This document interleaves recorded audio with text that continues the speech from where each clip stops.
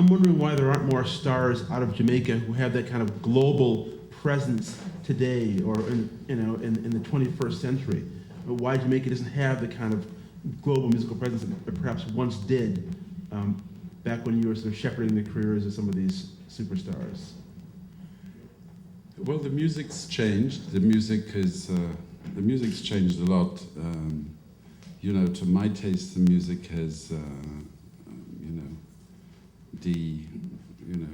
it's become less musical. Let's put it that way.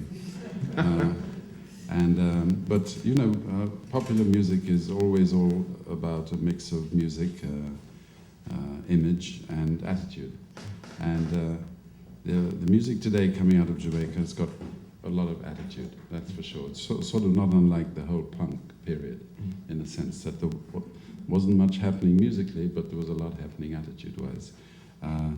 But the music that's coming out of Jamaica today, and the major artists like Buju or Beanie Man or the other guys, they're very popular all over the world, and they don't get played as much, let's say, as Bob's music is, or the music of the 60s and 70s, because it's not as musical, so it's not as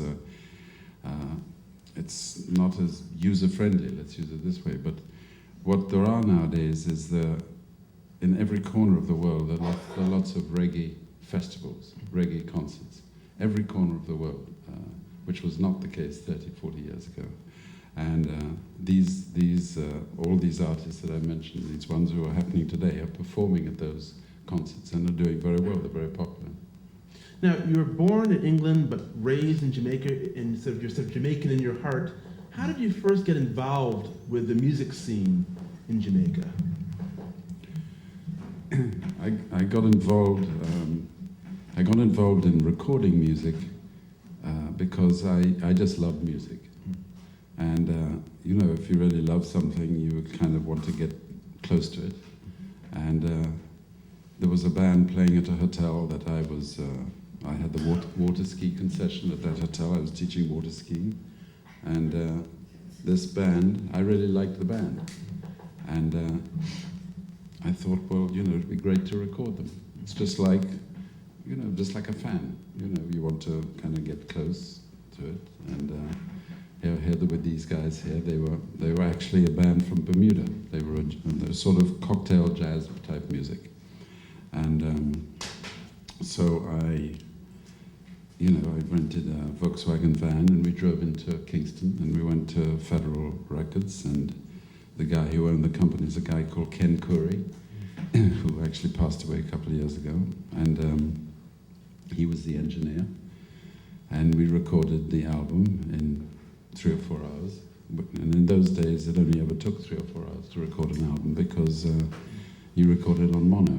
So if you were recording songs that people were playing every evening, it didn't take take long to make an album. You maybe record a song 2-3 times, but you wouldn't really record it more than that. And I just sat with him when we recorded it, and I'd heard the band many times, so I kind of tentatively said, well, I heard you play it better than that the other night or something. So that was my first baby steps into record production. And so they'd, do another take and things like that. And then we got in the van and drove back, and they played that night in Montego Bay. But I loved the process. I loved somehow that I was close to it. I was kind of involved in it, And so the record didn't sell at all, incidentally. However, I loved the process. I knew that's what I wanted to do. So then I made another one with them. And this time, I added a Jamaican musician to the mix, and that was Ernest Ranglin. And this is now 1959. And that one did a little bit better because Ernest was known in Jamaica, but still didn't really do anything. But I think the thing which sort of set